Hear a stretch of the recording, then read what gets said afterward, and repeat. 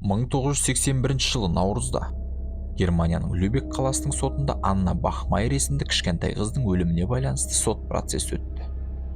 Айыпталушы кісі өлтіруші Клаус Грабовский баланы тұншықтырып өлтіргенін бірден мойындады. Бірақ оған қатысты сексуалдық сипаттағы әрекеттер жасағанын жоққа шығарды. Грабовский Аннаның оған орынсыз тиіскенін айтып, қорқытып одан ақша боп салады деп мәлімдеді. Оның айтуынша, Клаус түрмеде отырудан қатты қорқып, үрейленіп қызды өлтірген. Қыздың анасы 1981 жылы 6 наурызда сот залына беретті 70 тапаншасын заңсыз әкеліп, Грабовскийге 8 рет оқ атты. Бұл оқтардың 6-ы өлімге әкелетін болған. Сотталушы сол жерде қайтыс болды. Ал Марианнаға кісі өлтірді деген айып тағылды. Бұл оқиға алдымен Германияны, сосын бүкіл әлемді дүр сілкіндірді. Қоғам бастапқыда Марианна жағына шықты. Бірақ кейінірек оның өмірбаянының егжей-тегжейлері көпшілікке белгілі болған кезде, оның кейбір бұрынғы жанкүйерлері кек алушы ананы айыптап, оны өзінің жеке тұлғасына назар аударғысы келді деп айыптай бастады. Сәлем достар, эфирде сол кездер. Менің есімім Нұрхат. Арнамызға жазылып лайк басып кетуді ұмытпаңыздар.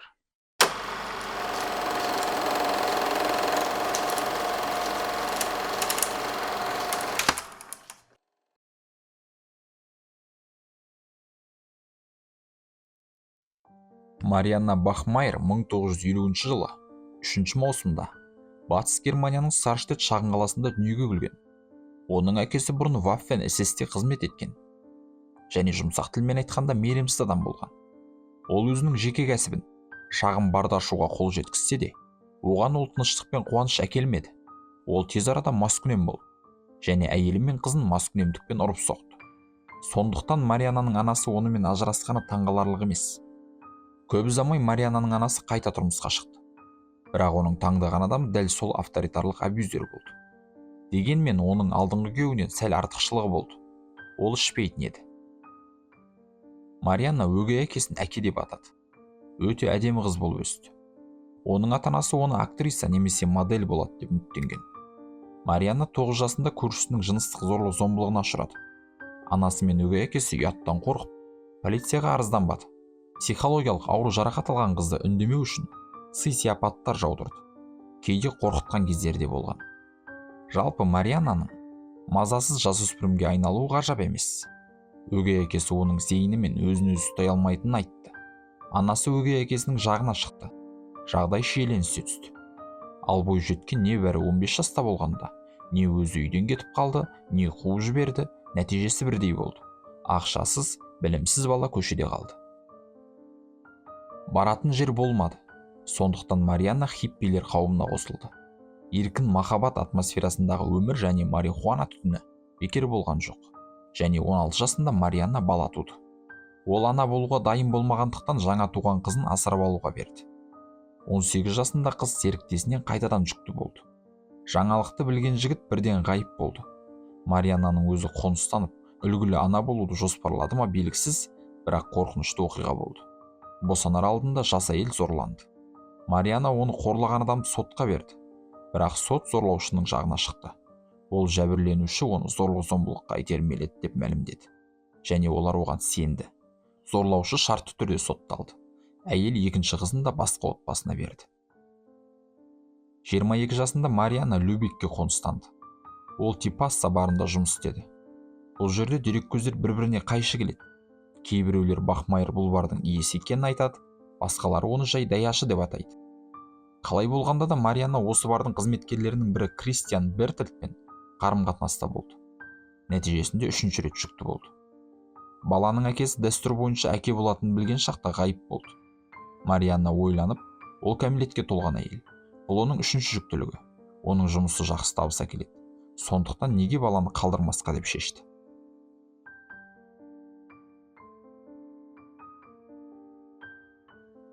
мың 1972 жылы 14 қарашада Марианна Анна Бахмайер атты қызды дүниеге әкелді.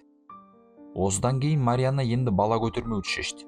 Өйткені оған босану жеткілікті болды. Көп ұзамай әйел бұл жағдайды дұрыс бағаламағанын түсінді. Жалғыз басты ана ретінде өмір сүру оңай емес. Иә, ол жақсы ақша тапты.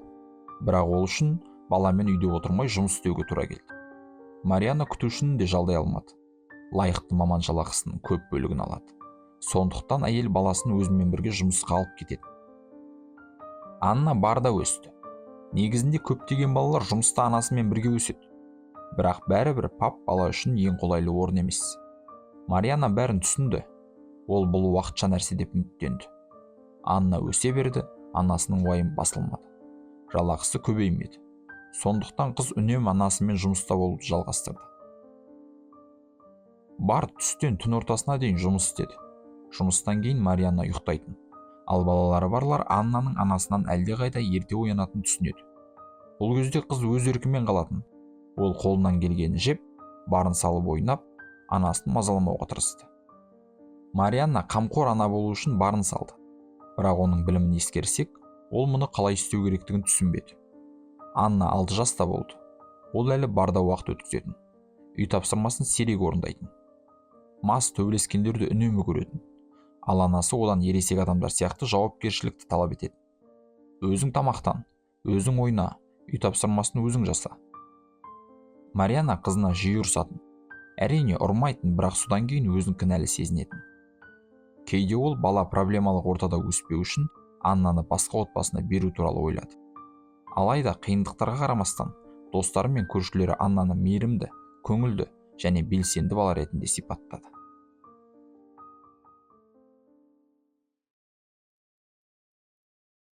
Клаус Грабовский Марианна Бахмайерден 4 жас үлкен болды.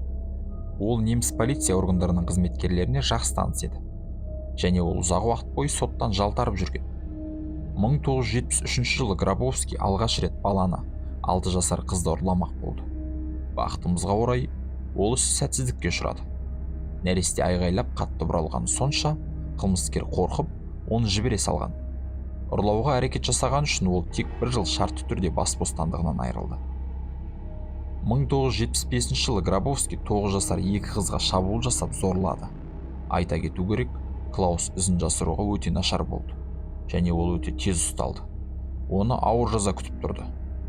Ал зорлаушы түрмеден тозақ сияқты қорқыты. Бірақ оның бақытына орай, ол кезде Германияда педофилдерге ерікті химиялық кастрация жасалды.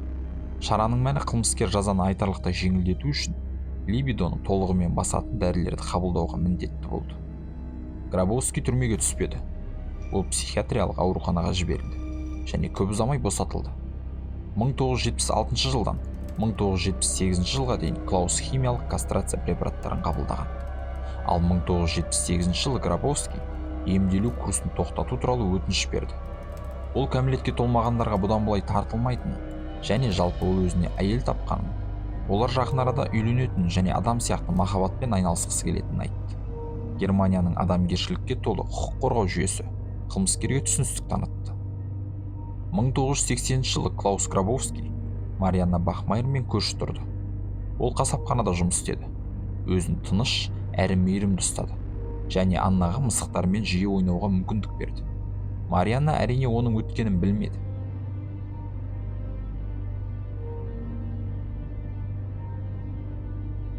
Марианна мен Анна бүгін таңертең бір-бірін соңғы рет көретінін ойлаған жоқ. Таңертең анасы мен қызы әлдебір бос сөзге ұрсып қалды. Не Анна тұрғысы келмеді, не мектепке барғысы келмеді. Нәтижесінде Марианна нәрестеге сөмке кигізіп, оны есіктен алып шықты да мектепке жалғыз бар деді. Шындығында оқу орны жақын жерде орналасқан және оған баратын жол айтарлықтай қауіпсіз болады. Анна жолды жақсы білетін және өткен оқу жолында ол оны бірнеше рет өз бетімен жүріп өткен еді. Бірақ бұл жолы қыз сабаққа тым ашуланып ренжіп кетті. Ол сабаққа бармауды шешті. Клаус Грабовский сабаққа барғысы келмейтін Аннаны байқап, қызды мысықпен ойнау үшін үйіне шақырды. Ол қызды бірнеше сағат бойы өз үйінде ұстап, қайта-қайта зорлап, кейін қалыңдықтың шұлығымен тұншықтырып өлтірген. Қылмыскер мәйітті жәшікке салып, өзен жағасына қалдырған. Марианна кешке қарай Аннаның үйге оралмағанын түсініп полицияға хабарлаған. Мәйіт өте тез табылды. Ал Клаус Грабовскийдің қалыңдығы полицияға қоңырау шалып, Клаус оған қызды өлтіргенін мойындағанын айтты. Ер адам қамауға алынды.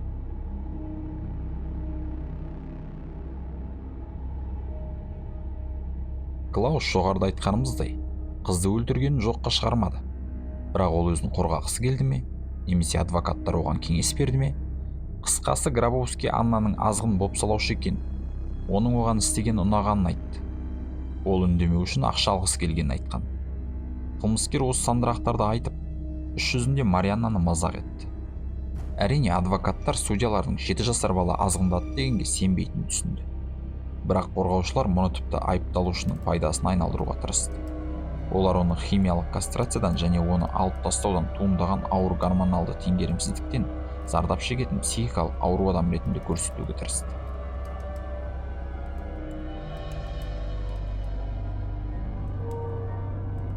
Марианна үлгілі ана емес еді, бірақ ол Аннаны жақсы көретін. Оған баласын педофил өлтіргенін білу ауыр болды. Гробовскийді қорғау оның орны түрмеде емес, психиатриялық ауруханада болуына әкелді. Ал ол жерден емделіп қайтадан түзетілгенде босатылады деп ойлауға толық негіз бар еді. Бірақ бәрінен де Марианна Гробовскийдің Анна туралы айтқан жағымсыз сөздеріне ашуланды. Марианнаның өзі қызы зұлым зорлаушыдан ақша талап етпейтін сөзсіз екенін білді. Осылайша 1981 жылы 6 наурызда Марианна Бахмайер қазылар алқасының шешімін күтпестен істі сот залында өз қолына алуды ұйғарды. Жасырын кіргізген Беретта 70 тапаншасымен Гробовскийді 8 оқ атып өлтірді.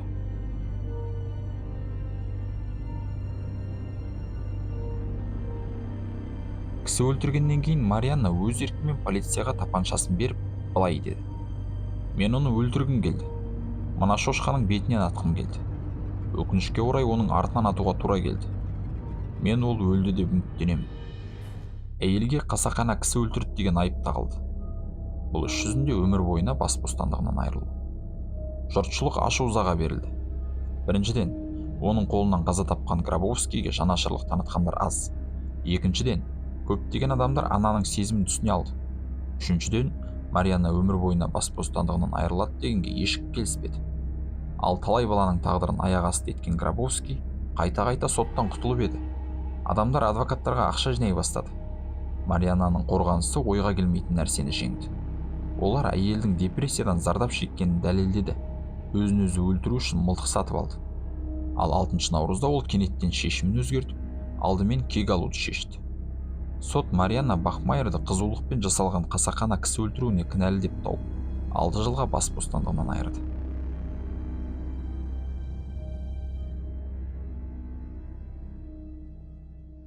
Тергеу жалғасып жатқанда, Марианнаның өмірі туралы мәліметтер баспасөзде пайда бола бастады.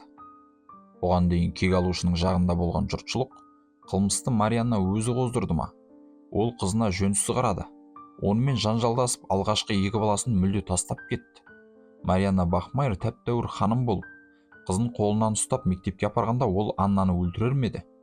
Жауап жалпы алғанда анық. Гробовский бәрібір өлтіретін еді, егер Анна болмаса басқа баланы.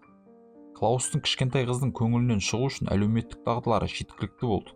Ол тіпті тәртіп сақшыларын бәрін түсініп, өзін түзететініне сендіре алды. Оның құлдығы 7 жасар балаға, тіпті берекелі отбасынан шыққан балаға да жетпей ме?